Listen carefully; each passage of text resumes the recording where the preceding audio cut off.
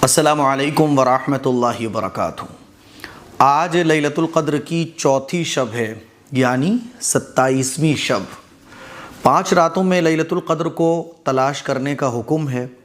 5 راتوں میں 27ویں شب یہ بہت خاص سمجھی جاتی ہے۔ حالانکہ 27ویں شب لیلۃ القدر کی یقینی طور پر ہو ایسا نہیں ہے، جیسا کہ کچھ لوگ یہ سمجھتے ہیں کہ 27ویں شب ہی لیلۃ القدر ہوتی ہے، تو مسلمانوں کا ایک بڑا طبقہ 27ویں شب میں خاص طور پر عبادت کرتا ہے، بس باقی 4 راتوں کا ان کو پتہ نہیں۔ تو ایسا نہیں ہے، لیلۃ القدر کبھی 21ویں میں، کبھی 23ویں میں، کبھی 25ویں میں، کبھی 27ویں میں، ایسے 5 راتوں میں گھومتی رہتی ہے۔ کچھ نشانیاں بھی لیلۃ القدر کی بیان کی گئی ہیں۔ کل ملا کر یہ ہے کہ ہم جیسے گنہگاروں کو صرف 27ویں شب پر تکیہ کر کے نہیں بیٹھنا چاہیے، بلکہ جب ہمارے آقا نے لیلۃ القدر کو تلاش کرنے کے لیے رمضان کے آخری عشرے کا اعتکاف کیا، تو ہم اتنا بھی نہیں کر سکتے کہ 5 راتوں میں اعتکاف نہیں کر پا رہے۔ ہمارے آقا نے تو اعتکاف کیا، چلو اعتکاف نہیں کر پا رہے تو کم از کم اتنا تو کر سکتے ہیں کہ لیلۃ القدر کی 5 راتوں میں کچھ نہ کچھ جاگ کر عبادت کر لیں، لیکن وہ بھی نہیں کریں گے صاحب، بس 27ویں میں جاگیں گے بس، تو ایسا نہیں ہے۔ آج 27ویں شب ہے، 1 2 3 شبیں گزر گئیں، آج چوتھی شب ہے۔ آج کی رات ہمیں عبادت میں گزارنا ہے۔ رات میں آپ کو کتنی عبادت کرنی ہے اس کی تیاری ابھی سے۔ ہماری ایک بڑی پرابلم یہ ہے کہ ہم لوگ جو ہے نا وہ پلاننگ نہیں کرتے، بس جب جو موقع ہوا اس کو ویسے بھی ٹوٹا پھوٹا کر لیا۔ پلاننگ کے تحت اگر کوئی کام ہوگا تو وہ کچھ اس کا مزہ ہی الگ ہوتا ہے۔ اسی لیے لیلۃ القدر میں آپ کو کتنے گھنٹے عبادت کرنا ہے اس کی پلاننگ ابھی سے۔ رات کو نیند آتی ہے تو سو جاؤ ابھی، رات کو اگر کوئی کام ہے تو ابھی اس کو نپٹا لو۔ رات کی پلاننگ اور تیاری ابھی سے کرو کہ جب میں عبادت کرنے بیٹھوں تو کوئی مجھے ڈسٹرب نہ کرے۔ موبائل بالکل آف، فلائٹ موڈ پر، no call, no chat, no WhatsApp, no internet, بالکل بند کر دو اس کو۔ ہاں ضرورت کی کوئی چیز دیکھنی ہے میں تو کہہ رہا ہوں وہ بھی علماء سے پوچھو، نیٹ پہ مت دیکھو۔ آپ نیٹ پہ تب دیکھو جب بالکل آپ فری ہو۔ تو آج 27ویں شب ہے، عبادت کرنا ہے، اور کچھ نمازیں ہیں جو ہمیں اب جو رمضان کے دن باقی رہ گئے نا، 2-3 دن باقی رہ گئے، یہ عبادتیں ہم رمضان کے باقی دنوں میں بھی کریں، لیکن خاص طور پر 27ویں شب میں ان نمازوں کو پڑھنے کی کوشش کریں جو آج میں آپ کو بتاؤں گا۔ پہلی نماز ہے اوابین کی نماز۔ جب آپ افطار کریں تو افطار کرنے کے بعد جب مغرب کی نماز پڑھیں تو مغرب کی نماز پڑھنے کے بعد اوابین کی 6 رکعت پڑھ لیں۔ اوابین کی نماز کیسے پڑھی جاتی ہے وہ اس ویڈیو میں بتانے کا موقع نہیں ہے۔ اگر آپ اوابین کی نماز کیسے پڑھی جاتی ہے آپ کو پتہ نہیں ہے تو آپ یوٹیوب پہ سرچ کر سکتے ہیں اوابین کی نماز AM قاسمی۔ اوابین کی نماز 6 رکعت ہوتی ہیں، 2 رکعت کر کے، جیسے ہم لوگ نفل نماز پڑھتے ہیں ایسے ہی 2 رکعت کر کے 6 رکعت پڑھی جاتی ہیں، لیکن اس کا ثواب اتنا زیادہ ہے کہ آپ حیران رہ جائیں گے۔ اللہ کے نبی نے ارشاد فرمایا کہ 12 سال عبادت کرنے کا ثواب ہے، اور رمضان کے مہینے میں آپ اس کو جب گڑا کرو گے 12 کو 70 سے، کیونکہ اللہ رمضان کے مہینے میں 1 کے 70 دیتا ہے، تو 70 سے جب کرو گے تو 70 دائیں 700 اور 70 140، 840 تقریباً سال بنیں گے۔ ایک نماز پڑھنے پر آپ کو 840 سال عبادت کا ثواب مل رہا ہے۔ تو پہلی نماز جو آپ کی شروع ہو جائے گی رات لگتے ہی وہ ہے اوابین کی نماز، ضرور پڑھیے۔ دوسرا، آپ رات کے جس حصے میں بھی عبادت کرنے جائیں تو یہ نمازیں اور پڑھ لیں آپ۔ مان لیجیے آپ رات کے آخری حصے میں نہیں اٹھ پاتے ہیں، سحری کے بالکل لاسٹ ٹائم میں اٹھو گے تو رات کے شروع حصے میں عبادت کر لو۔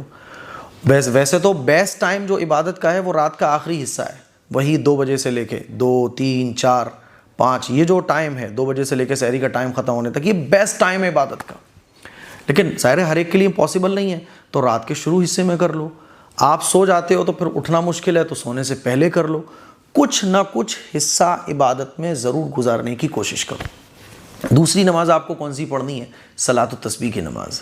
صلاۃ التسبیح کی نماز کی بھی بڑی فضیلت ہے۔ اللہ کے نبی نے ارشاد فرمایا کہ جو اس نماز کو پڑھ لے تو اس کے پچھلے گناہ معاف ہو جاتے ہیں۔ بڑی اس کی فضیلت ہے۔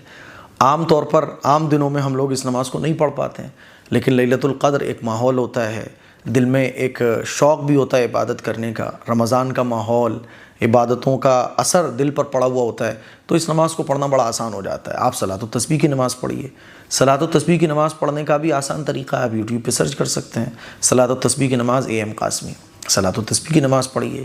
ایک نماز ہے صلاۃ التوبہ کی۔ ہماری زندگی میں ظاہر ہے کوئی گناہوں سے پاک تو ہے نہیں ہے، گناہ سب سے ہو جاتے ہیں، اور کچھ گناہ ایسے ہو جاتے ہیں جس میں ہمیں بڑی شرمندگی ہوتی ہے. ان گناہوں کو ہم جب بھی یاد کرتے ہیں تو ہمارا کلیجہ منہ کو آ جاتا ہے. تو مان لیجئے آپ سے زندگی میں کوئی بہت بڑا گناہ ہو گیا جس پہ آپ دل سے شرمندہ ہیں، جس پہ آپ افسوس کر رہے ہیں. جیسے مان لیجئے زنا ہو گیا، کبھی کسی نے شراب پی لی. اب زندگی میں اس گناہ کو جب بھی یاد کر لیتے ہیں آپ، تو آپ کو گلٹ فیل ہوتا ہے، آپ کو ایک افسوس ہوتا ہے. تو آپ صلاۃ التوبہ کی نماز پڑھیے. 2 رکعت نماز صلاۃ التوبہ کی پڑھی جاتی ہیں. صلاۃ التوبہ کی نماز پڑھ کر اسپیشلی اپنے اس گناہ کے لیے، ویسے تو سارے گناہوں کی معافی مانگیے آپ، لیکن خاص طور پر وہ گناہ جو بہت خطرناک آپ نے اپنی زندگی میں کیا، اس گناہ کی معافی اللہ سے خوب گڑ گڑا کر مانگیے. خوب اللہ کو ایسے کہ اللہ میں بہت بڑا پاپی ہوں، گنہگار ہوں، مجرم ہوں، تو معاف فرما. اللہ سے مغفرت مانگیے. تیسری نماز ہے صلاۃ الحاجت کی. آپ ایک لڑکی ہیں، رشتہ نہیں ہو رہا، ماں باپ ہیں، بچوں کے رشتے نہیں ہو پا رہے، کاروبار نہیں چل پا رہا ہے، بیماری ہے تو دواؤں سے فائدہ نہیں مل رہا ہے، صحت نہیں مل پا رہی ہے، اور دنیا کی مشکلیں ہیں، مصیبتوں میں آپ پھنسے ہوئے ہو. 2 رکعت نماز صلاۃ الحاجت کی پڑھ کر اللہ سے اسپیشلی اپنے اسی مسئلے کی ایسے دعا مانگیے کہ اللہ آپ کے سامنے ہے، اللہ آپ کو سن رہا ہے، اللہ آپ کو دیکھ رہا ہے. اور یہ بالکل حقیقت بات ہے کہ اللہ ہم کو دیکھ رہا ہوتا ہے، لیکن اس یقین کے ساتھ کہ اللہ میرے سامنے ہے. تو صلاۃ الحاجت کی نماز پڑھ کر آپ اللہ سے دعا مانگیے. چوتھی نماز ہے تہجد کی. تہجد کی نماز مس نہیں ہونا چاہیے، کیونکہ تہجد کی نماز وہ ہے جو 5 وقت کی فرض نمازوں کے بعد سب سے اہم ہے. پیغمبروں پر یہ نماز فرض تھی، اللہ کے نبی نے کبھی تہجد کی نماز نہیں چھوڑی. تو تہجد کی نماز آپ پڑھیے. تہجد کی نماز پڑھنے والوں پر اللہ تعالیٰ کی رحمتیں نازل ہوتی ہیں. اور لیلۃ القدر جو آج کی رات ہے یہ بہت اہم ہے، اسی لیے نمازیں خوب پڑھیے، نفل نمازیں پڑھیے آپ، ٹھیک ہے نا. فرشتے مصافحہ کرتے ہیں عبادت کرنے والوں سے، عبادت کرنے والوں کی دعاؤں پر آمین کہتے ہیں. سوچیے ذرا، فرشتے ہماری دعاؤں پر آمین کہہ رہے ہوں، فرشتے ہمارے لیے مغفرت کی اور ہم سے مصافحہ کر رہے ہوں، دعائیں کر رہے ہوں ہمارے لیے، تو کتنی بڑی فخر کی بات ہے. تو ایک نماز ہے تہجد کی، اس نماز کو بھی ضرور پڑھیے. قضائے عمری بھی آپ پڑھ سکتے ہیں.